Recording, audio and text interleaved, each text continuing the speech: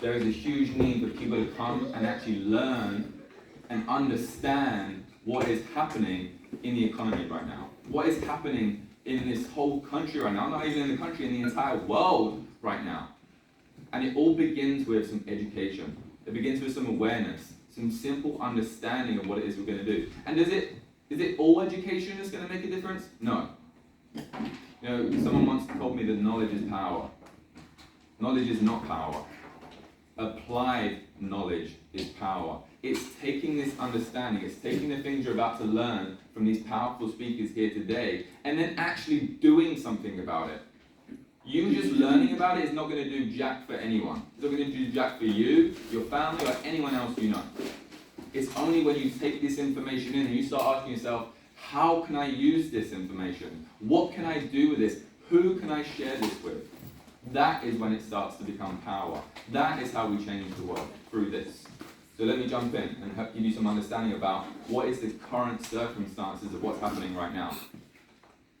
So, what you can see right in front of me right here, this is how money has been printed throughout history.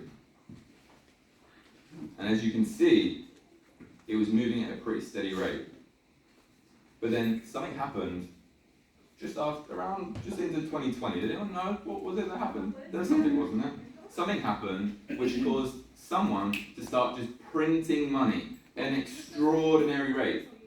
And for those of you that have been here for over a year, isn't it true that Cash actually told us about this? Yes. He said it multiple times, and he gave us the pre-warning of what was going to come. And isn't it true what Cash warned us about is happening right now? Because look, you guys, they just started printing money. It caused this incredible influx of cash to come in to the economy because they're just giving money away to people. But then what does that do? It devalues the dollar. It devalues every penny you have in your back pocket. So then what happens as a result? Well, we can see it, what's happening right now is it causes inflation. Inflation right now is at its highest level since the 1980s. It's up over 8.5%. This is a direct result of them printing money. This is what happens when we follow this path. And then when inflation increases, then what happens? What happens when inflation increases? Well, it affects you directly. And I bet you were really happy. Maybe not some of you guys, because you guys are pretty smart. But there was a lot of people that were so happy that they received their couple $100 from their stimulus. They were so excited. How much does that now cost them, though, every time they go and fill up at the gas pump? How much does that now cost them when they go and pay their rent? How much does that cost them every single time they go and buy food from the grocery store? Everything has gone up as a result of them giving money away. So it's cost higher food, higher gasoline, higher utilities. But the big question with this is everything else is increasing. Is your wage increasing? Is your cash flow increasing? Because if it's not, every single day that the cost of living goes up, you are getting closer and closer and closer to the poverty line. Every single day that inflation increases, you get closer to that line. Every single day, someone you love gets closer to that line. If they are not increasing their cash flow, if they're not finding out some way to increase their capacity, to earn more money. And then with that, with all of this, it also increases the high interest rates on homes too. Okay? Now understand what's happening a little bit with the real estate and the mortgage industry. Okay? So understand the difference that your interest rate makes when you spend your hard-earned money to try and have a home, put a roof over your head and your family's head. So just understand this a little bit. So let's just pretend you wanted to keep your mortgage payment under $1,000 per month. Maybe here in California that's not possible and you're thinking this is ridiculous. I understand. But let's just pretend for a second, okay? So then what happens? When the interest rates are higher, what does that mean you can afford? Lower. You can afford less. look at this. Let's say that the interest rate was at 12.91% where it was in 1985. Then the home you can really afford, because people are buying homes based on what they can afford. Isn't that true? You can only, I know not a lot of people, some other people are buying more than what they can afford, and they go into crazy amounts of debt for it, but if we're being at least somewhat sensible, it's based on what we can actually afford. So with an interest rate that high, the house price that we can afford would be about 89,000. If it was 8.52, then it goes up to 132,000. With an interest rate of 3.8, then it goes up, and it goes up, and it goes up. Now, what happened to the interest rates over the last few years? They came down and down and down and down. And so what then happened to the real estate market? The real estate market started to boom and boom and boom. House prices go up and up and up and up. But now the interest rates are coming up and up and up. So then the affordability is going to come down and down and down and down. But these house prices are still up there. So who's going to be able to afford to buy them? And if people aren't able to afford to buy the houses at this price, then what's going to happen to the market? It's just simple supply and demand. Now, there's a very powerful quote by a very famous man named Warren Buffett. I'm sure everyone here knows him and understands who he is. But he said, to be fearful when other people are being greedy, and to be greedy when other people are fearful. And what have we seen over the last 2 years? Isn't it true that everyone's been so excited, so fired up, I'm going to buy so many stocks and crypto and real estate. They've been very greedy, right? Buying more and more and more. What does that mean that we should be doing? Being fearful, worried, start saving your money, start building up some cash reserves.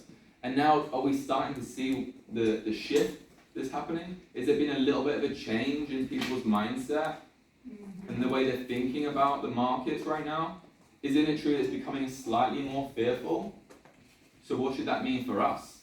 Should that mean that we start becoming maybe a little bit more greedy? Maybe this becomes a pretty exciting time. So understand that history repeats itself. So, what are we looking at right here? This is a comparison between the present day and 1929. Does anyone know what happened in 1929? Big old crash. So big that they called it the Great Depression. Isn't that dramatic? Okay, so look at this. Look at the patterns.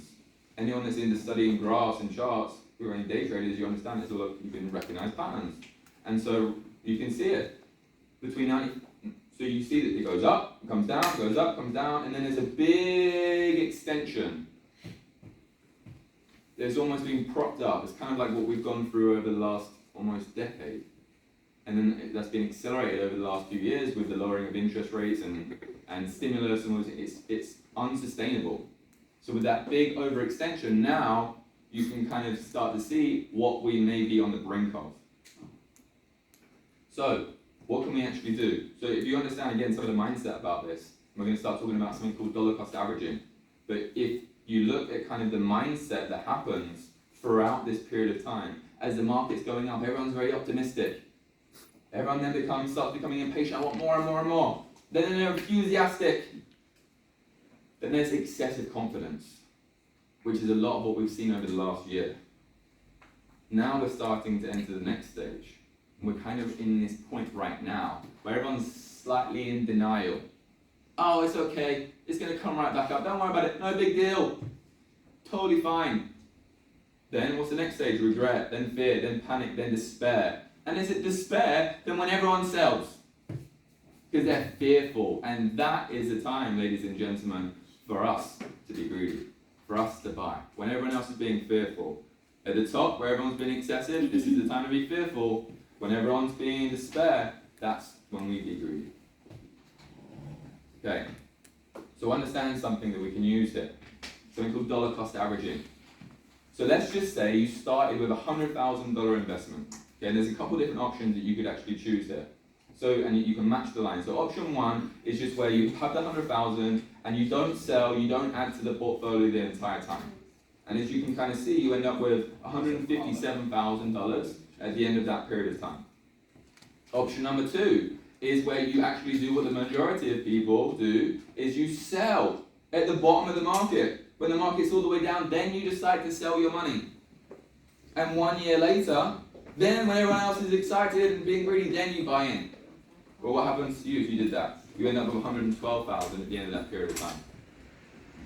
What if you stayed invested and then somehow miraculously you're able to time the bottom of the market?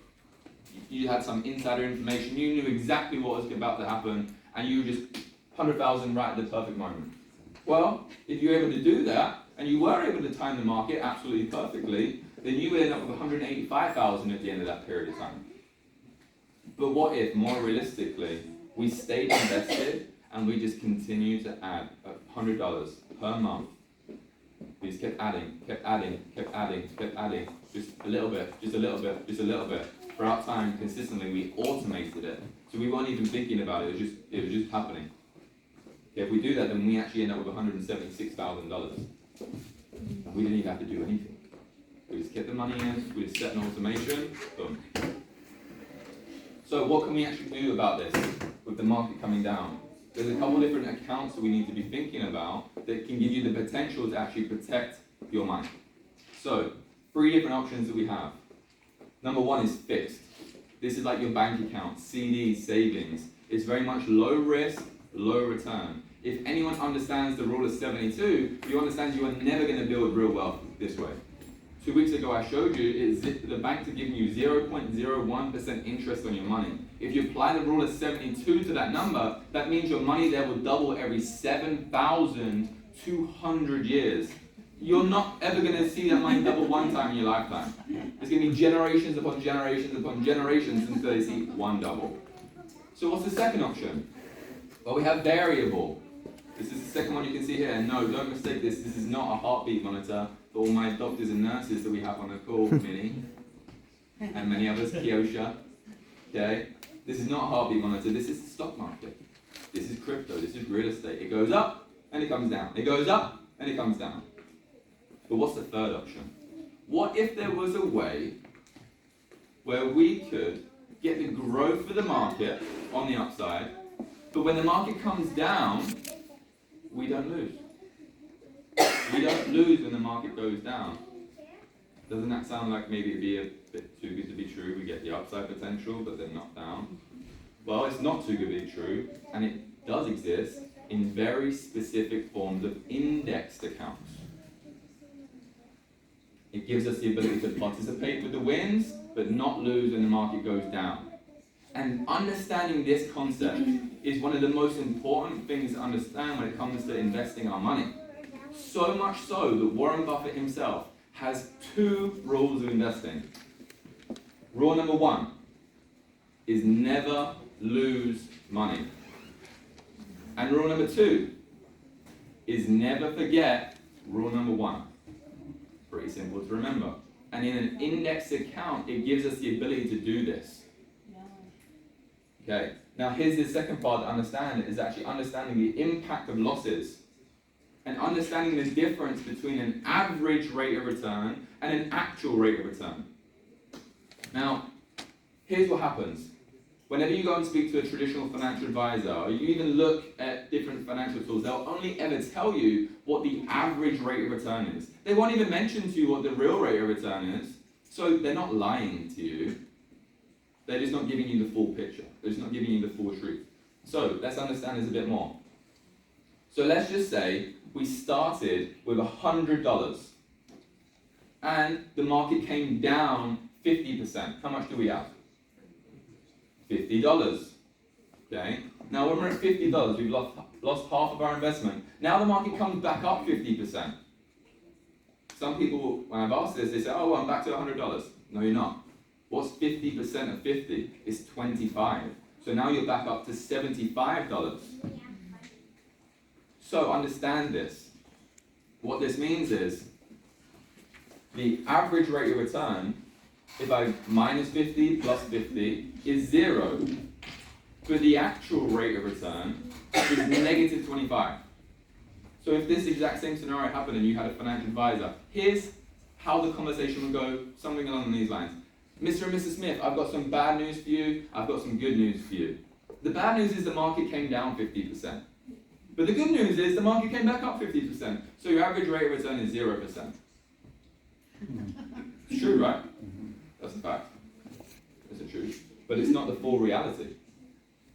Okay, because in reality, the actual rate of return is negative 25. You started at 100 and now you're at $75. So actually to get back to just where you started, you need to double your return. You need 100% return to get back just to where you started. This is why it's so powerful to not lose your money on the downsides. Now understand this a little bit further. Let's actually look at the S&P 500 historically.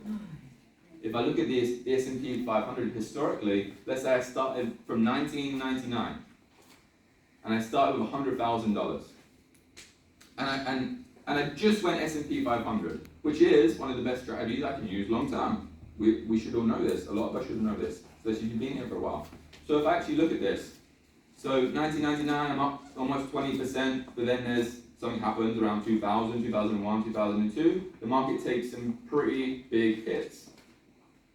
Okay, if I look over on the right side, if I was to use the floor and the cap, the index strategy, I'd be guaranteed not only to not lose money, but to actually grow at a minimum of 0.75%. So, let's fast forward a little bit. You can kind of see the numbers. When we look at the yield, you kind of see how these numbers are affected. So in 2002, let's see here, just a couple of years into your investment, you're at $71,000 if you have just the pure S&P 500. But with the floor and the cap, I have 117,000. Let's fast forward a couple of years. 2008, we have the real estate bubble, the mortgage crash. The market's down almost 40%. Look at this, you drop back down from 119,000 to 73,000. If only there was a way you could protect yourself from the downside in those years. So look, here you stay at 179,000. Look at the big difference. And let's just keep it playing out, If I keep going just on the S&P 500 without the floor and the cap, I end up with my 100,000, I end up with an average return, an actual return of 6.1%. And my yield is 274,000 at the end of that period of time. But if I was to use the floor and the cap where I completely protected myself from the down market, I end up with 520,000 at the end of that period of time. So a big old difference. So without the floor and the cap, I have a total gain of 174,000. Whereas if I use the floor and the cap, I end up with a $420,000 gain. And if I was to ask you, what would you rather have? Would you rather have a gain of 174,000, or would you rather have a gain of 420,000? I already know what all of you are saying to yourself right now on the Zoom. Okay, now you know this, what are you going to do about it? Now that you know, you can't unknow, but are you going to do something about it? Are you going to tell other people about it? Are you going to help them do the same thing for themselves? And I want to just finish on this. It's something that I've been thinking about a lot recently, and I've actually been having a lot of conversations with people in my team. It's a very powerful example, and something that I feel like really relates to our business and exactly what we're doing here. So there was a woman, Harriet Tubman. I'm sure a lot of people are familiar with her name. She was a part of the group of people responsible for the Underground Railway that saved a lot of slaves, freed a lot of slaves. There's a very powerful quote here from her. She said, "I freed 1,000 slaves, and I could have freed 1,000 more if only they knew they were a slave." And I think back to her, and I imagine this, and I'm imagining how it relates to our business too. Now, could you imagine this woman going to people and showing them a way to the promised land, showing them a way to freedom, selling them the dream of being free? And some of those people would have said, "Nope, this is too good to be true. This is one of those things. No. This is like it's one of those pyramid things. No, not interested. I'm good here as a slave. I'm good." Obviously, I'm joking. I'm kind of comparing the comparison between what we're doing here. Because isn't it true, you guys, that we are literally giving people the opportunity for freedom, where we can give them freedom financially, where we can give them freedom of time and freedom of money. And yet, sometimes, we go to people and we tell them about this, and we sell them the dream, we show them how we're actually going to help them get to freedom, and yet they'll say no to us. Now let me ask you, how messed up would Harriet Tubman's thinking be if someone said no, if a slave said no to her, and she thought to herself, man, this freedom thing, yeah, they're probably right, it is too good to be true. I'm just going to quit. I'm not going to free any more slaves. They're right. I'm just going to give up now. How messed up would her thinking be if that was the case? And yet, isn't it true there's a lot of people that come into an organization like this and they're offering people freedom and someone might say no to them? In fact, if you've been here for a little while, someone has said no to you. Guaranteed, it's a fact. You can't escape the fact that people are going to say no to you. The same way that slaves said no to Harriet Tubman. Now, how messed up would your thinking be if someone said no to that and you thought to yourself, nah, maybe this thing is too good to be true. Maybe I should just quit. Maybe I'll just give up now. Okay, I'm just going to leave you with that, guys. So, it is my honor, it is my pleasure